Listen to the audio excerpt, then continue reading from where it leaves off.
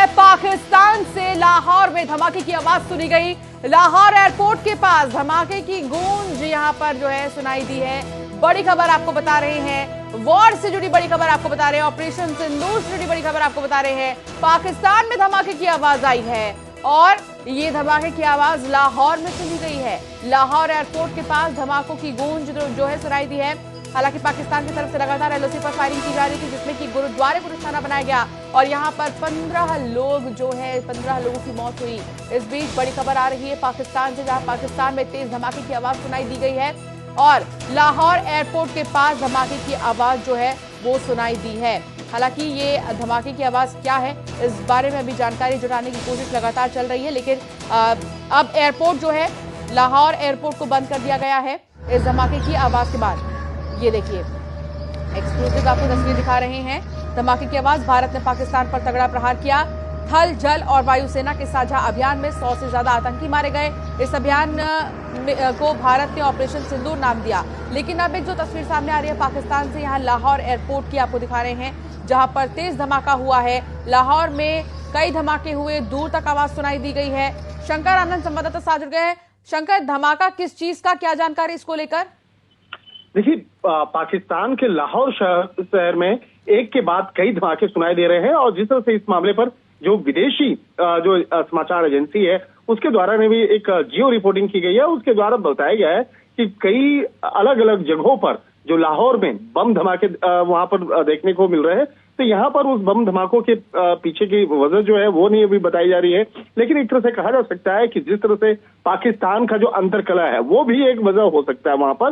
दूसरी तरफ देखा जाए कि जिस तरह से पाकिस्तान के आवाम जो है उनके अंदर में भी आप एक वहां आंतरिक तौर पर गुस्सा है। दूसरी तरफ देखा जाए भारत के द्वारा जिस तरह से भारतीय सेना के द्वारा ऑपरेशन सिंदूर जो है बकायदा वो उसको लॉन्च किया गया और इस ऑपरेशन सिंदूर के तहत जिस तरह से आतंकी जो शिविर हैं वहां पर इस तरह से टारगेट किया गया और कहा जा सकता है कि काफी बड़े मात्रा में उन आतंकी और आतंकियों के जो ट्रेनिंग शिविर है उसको नष्ट किया गया है। तो कहीं न कहीं इन तमाम चीजों को जोड़कर भी देखा जा सकता है।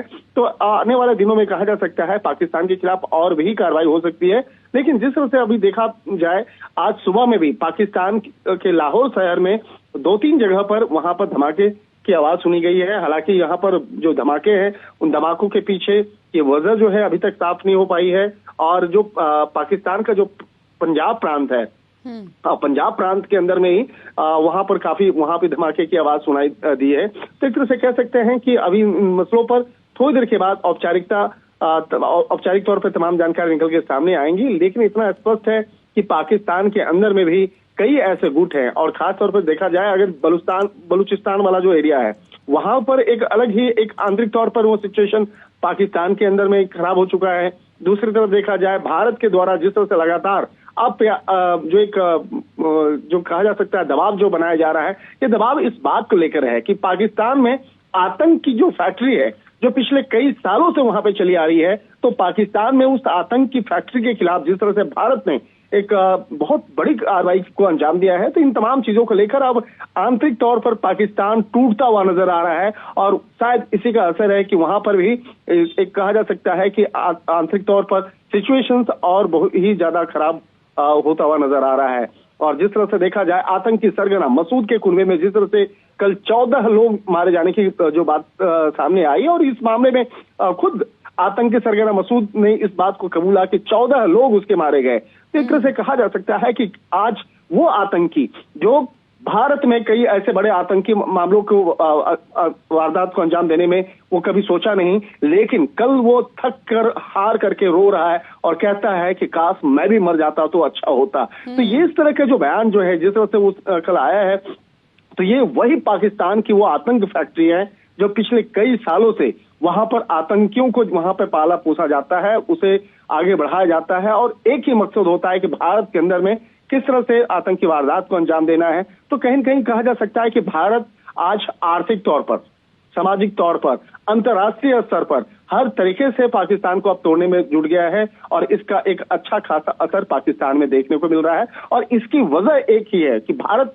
हमेशा अपने पड़ोसी मुल्क के साथ में एक अच्छे बर्ताव करता रहा है, लेकिन जिस तरह से पाकिस्तान के द्वारा कभी पहलगाम तो कभी मुंबई तो कभी ऐसे बहुत सारे जो आतंकी वारदात को जिस तरह से बने रहिए शंकर। एक बार फिर से दर्शकों को बड़ी खबर बता दें, लाहौर से जुड़ी बड़ी खबर आ रही है।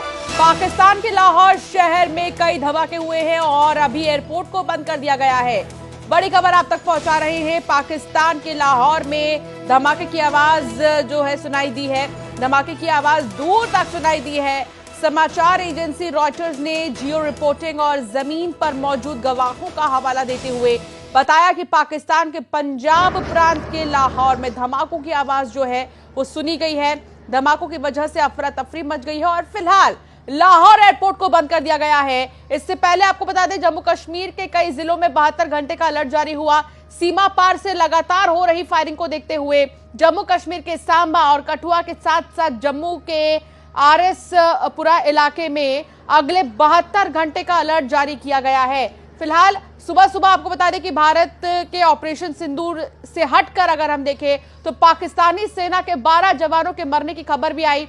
बीएलए बलूच लिबरेशन आर्मी ने पाकिस्तानी सेना की गाड़ी पर हमला कर दिया था। आईईडी धमाका कर पाक सेना की गाड़ी उड़ा दी। ये घटना बलूचिस्तान के बोलान की है, जहां पर 12 पाक सैनिक मारे गए हैं और उसकी तस्वीर भी हमने आपको दिखाई थी, कैसे जो धमाका है वो गाड़ी में हुआ। शंकर हमारे साथ लगातार जुड़े हुए हैं। शंकर, पाकिस्तान में खुद ही कुछ ठीक नहीं है। पाकिस्तान में उनके अपने ही इलाके में जो है गृह युद्ध जैसी स्थिति बन गई है। ऐसे में लाहौर का ये धमाका क्या हम बलूचिस्तान में जो इस वक्त हम देख पा रहे हैं, जहां सुबह सुबह 12 जवानों के मरने की खबर आई, उससे जोड़ा जा सकता है? व्यक्ति से बात करें। शंकर, आप तक आवाज आ रही है? तो शंकर तक आवाज नहीं पहुंच पा रही है, दोबारा संपर्क साधने की कोशिश करेंगे। लेकिन फिलहाल आपको बता दें कि भारत पाक तनाव के बीच लगातार कई बड़े अपडेट सामने आ रहे हैं और लाहौर से ये बहुत बड़ी खबर आ रही है, जहां लाहौर शहर में कई धमाके हुए हैं और धमाके की आवाज काफी ज्यादा तेज थी, दूर तक सुनाई दी है धमाके की आवाज। भारत ने पाकिस्तान पर एक तरफ जहां तगड़ा प्रहार किया, जल थल और वायु सेना के साझा अभियान ने 100 से भी ज्यादा आतंकी मारे हैं। इस अभियान को भारत ने ऑपरेशन सिंदूर नाम दिया। भारत के एक्शन की पूरी जानकारी सेना ने प्रेस कॉन्फ्रेंस में भी दी और बताया गया कि रात 1:05 पर ऑपरेशन शुरू हुआ और 1:30 पर खत्म हुआ। 25 मिनट में, महज 25 मिनट में 21 ठिकानों पर हमला किया गया, लेकिन अभी पिक्चर बाकी है। इस तरह जो है कहने को भी कई बातें सामने आ रही हैं, लेकिन अब लाहौर से जो तस्वीर सामने आई है उसको हम आपको दिखा रहे हैं। लाहौर शहर में कई धमाके हुए हैं और एयरपोर्ट को फिलहाल बंद कर दिया गया है। फिलहाल एयरपोर्ट को बंद कर दिया गया है। पाकिस्तान से जुड़ी बहुत बड़ी खबर आप तक पहुंचा रहे हैं। लाहौर में एक के बाद एक कई धमाके। लाहौर एयरपोर्ट के पास धमाकों की गूंज। पाकिस्तान में इस वक्त कुछ भी ठीक नहीं है। एक तरफ जहां पाकिस्तान की रातों की नींद उड़ी हुई है इस हमले के बाद, ऑपरेशन सिंदूर के बाद, वैसे ही पाकिस्तान नहीं सो पा रहा और अब धमाके की आवाज आई है। धमाका लाहौर में, पाकिस्तान के लाहौर शहर में कई धमाके हुए हैं और धमाके की आवाज दूर तक सुनाई दी है।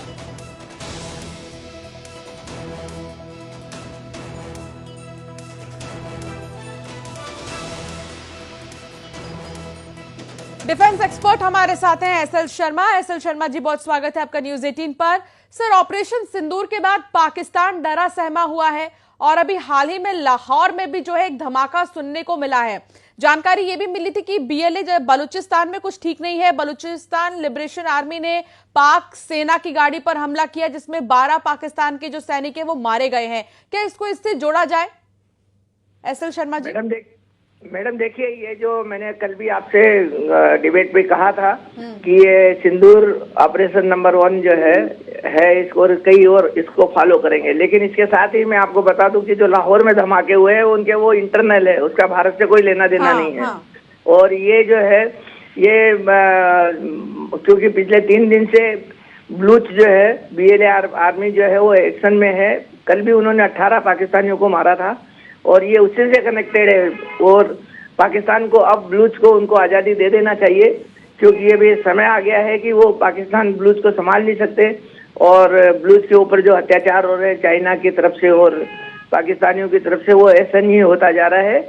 और बलूच को आज़ादी चाहिए अभी, और यही जो धमाके हुए हैं वो बलूच से ही कनेक्टेड है। एसएल शर्मा जी, थोड़ा आपसे समझना चाहेंगे क्योंकि एक लंबा अनुभव है आपका कि बलूच की तरफ से जो बलूच लिबरेशन आर्मी की तरफ से जो एक्शन लिया जा रहा है पाकिस्तान में, सैनिकों को जो टारगेट किया गया है, इसको कैसे समझा जाए? इनके रिलेशंस पहले से ही ठीक नहीं रहे हैं। देखिए क्या हो रहा है कि बलूच को एक्सप्लॉइट किया जा रहा है। वहाँ की जो खदान संपदा है वो चाइना को पाकिस्तान दे रहा है, और वहाँ से पूरे रिसोर्सेज जो है पाकिस्तान बलूच से ले रहा है, लेकिन बलूच को कुछ भी नहीं दे रहा है। बलूच की उनकी जो रहन सहन की हालत है वो खराब है, उनके पास बिजली नहीं है, उनके पास इंफ्रास्ट्रक्चर नहीं है, और उनके ऊपर रोजाना उनके अत्याचार हो रहे हैं। उनके जवान लड़कों को जो है ये गिरफ्तार करके जेलों में डाल रहे हैं और उनका पता ही नहीं चल रहा है। इसलिए ये पिछले 20 साल से जो है बलूच के ऊपर अत्याचार चल रहा है। और अभी जो रही सही जो कमी थी वो उन्होंने जो है कॉरिडोर बना के चाइना को कॉरिडोर के लिए जमीन दे दिया, और उसमें बलूच को कुछ भी फायदा नहीं हुआ।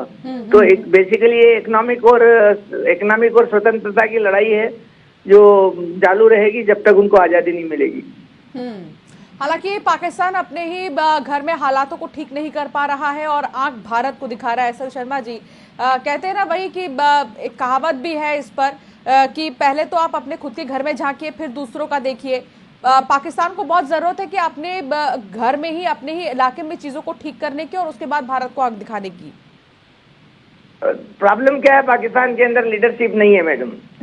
लीडरशिप नहीं होने की वजह से वहाँ पे कोई डिसीजन मेकिंग अथॉरिटी नहीं है, क्योंकि जो डेमोक्रेसी वहाँ जो दिखाते हैं वो तो एक तरह से जो है आंख पे पट्टी बांधने जैसा है। पूरी कंट्रोल जो है वो आर्मी के अंडर में है, और जनरल मुनीर जो है वो प्रधानमंत्री को भी जनरल मुनीर कंट्रोल करते हैं। तो जो डिसीजन है वो आर्मी के पास में है, और आर्मी के डिसीजन जो है वो आर्मी से रिलेटेड है। वो तो उनकी जो है मोस्टली वो जो है डिक्टेटरशिप है उनकी, क्योंकि उनको वेलफेयर स्टेट से कोई लेना देना नहीं है। और जो सिविलियन जो लीडर्स है वो आर्मी के आगे नतमस्तक है। आज से नहीं, 1947 से यही हाल चल रहा है उनका। हालांकि हमने देखा है एसएल शर्मा जी, एक वीडियो भी इन दिनों आया था बीच में, जहां पुलिस और पाक आर्मी के बीच में भी कुछ ठीक नहीं है। कुछ पाकिस्तानी आर्मी के जो जवान हैं, जो सैनिक हैं, वो पुलिस को बंदूक दिखाते हुए नजर आ रहे थे।